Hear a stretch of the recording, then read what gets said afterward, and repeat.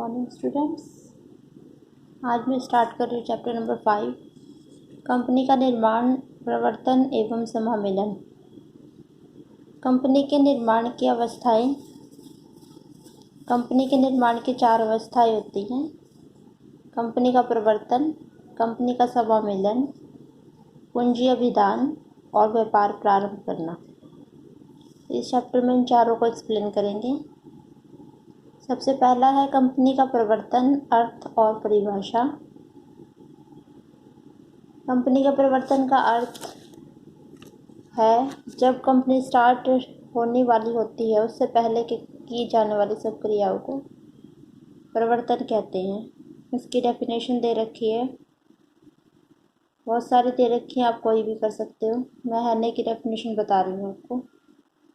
Company के रूप में किसी व्यावसायिक उपक्रम के वित्त संगठन करने तथा योजना बनाने की प्रक्रिया को प्रवर्तन की परिभाषा दी जा सकती है। प्रवर्तन की अवस्थाएं। एक नई कंपनी के प्रवर्तन की कुछ मुख्य अवस्थाएं हैं, जैसे कि नंबर 1 विचार की खोज करना, दूसरा है विस्तृत छानबीन करना, तीसरा पॉइंट है आवश्यक सामग्री एकत्रित करना और चौथा पॉइंट है धन की व्यवस्था करना। सबसे पहले किसी व्यक्ति के मध्य में या व्यक्तियों के समूह के मध्य में ये विचार आता है कि कोई व्यवसाय करके लाभ कमाया जा सकता है, तो ये विचार उत्पन्न होता है। उसके बाद दूसरे स्टेप में हम छानबीन करते हैं कि क्या उस व्यवसाय को चलाया जा सकता है, यदि हाँ तो कच्चा माल कहाँ से मिलेगा, किस मूल्य पर उपलब्ध होगा, कौन कौन से साधन लगेंगे, कितना धन लगेगा इत्यादि। उसके बाद आवश्यक सामग्री एकत्रित की जाती है। विस्तृत जांच पड़ताल पूरी करने के बाद आवश्यक सामग्री एकत्रित करना प्रारंभ की जाती है। चौथे पॉइंट में है धन की व्यवस्था करना।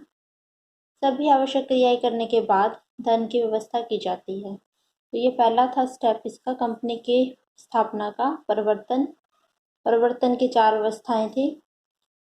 इसके बाद है प्रवर्तक।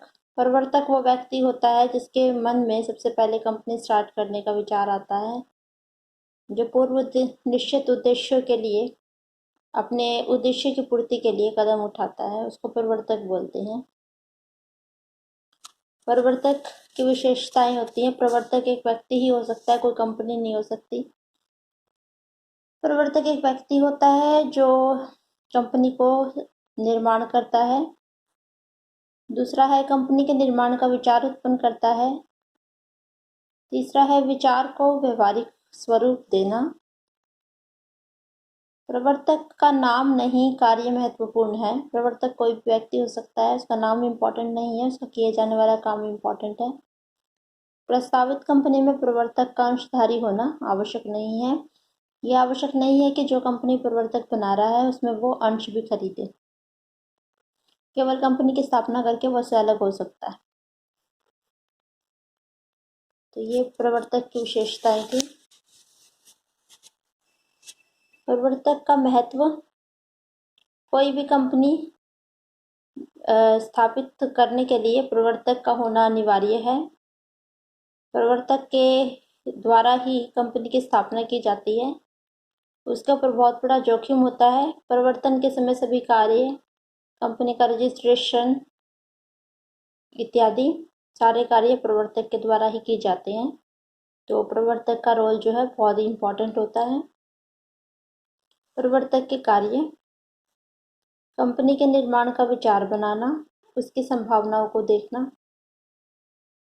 कंपनी को आरंभ करने से पहले की समस्याओं पर ध्यान देना, यदि कंपनी का निर्माण किसी विद्यमान व्यापार को खरीद कर करना है तो विक्रेताओं के साथ अनुबंध करना, प्रथम संचालकों के रूप में कार्य करने वाले व्यक्तियों का चुनाव करना, कंपनी का नाम, उद्देश्य, पूंजी का निर्धारण करना, कंपनी के लिए बैंकर्स, अंकेक्षक, दलाल इत्यादि चुनना, पार्षद, सीमा नियम वगैरह तैयार करवाना, रजिस्ट्रेशन के समय उपस्थित रहना, संपत्ति विक्रेता अभिभावक के साथ प्रारंभिक अनुबंध करना, समामेलन प्रमाण पत्र रजिस्ट्रेशन करवाना, प्रविवरण के प्रकाशन करना, प्रारंभिक व्ययों का भुगतान करना, पूंजी निर्गमन की व्यवस्था करना। बहुत सारे काम दे रखे हैं, इनमें से कोई भी 10 काम आप याद कर लेना। ये प्रवर्तक के कार्य हैं। प्रवर्तक की वैधानिक स्थिति कल करवाऊंगी मैं आपको। ये इतना जितना करवाया है इसको एक बार पढ़ लेना अपनी किताबों में।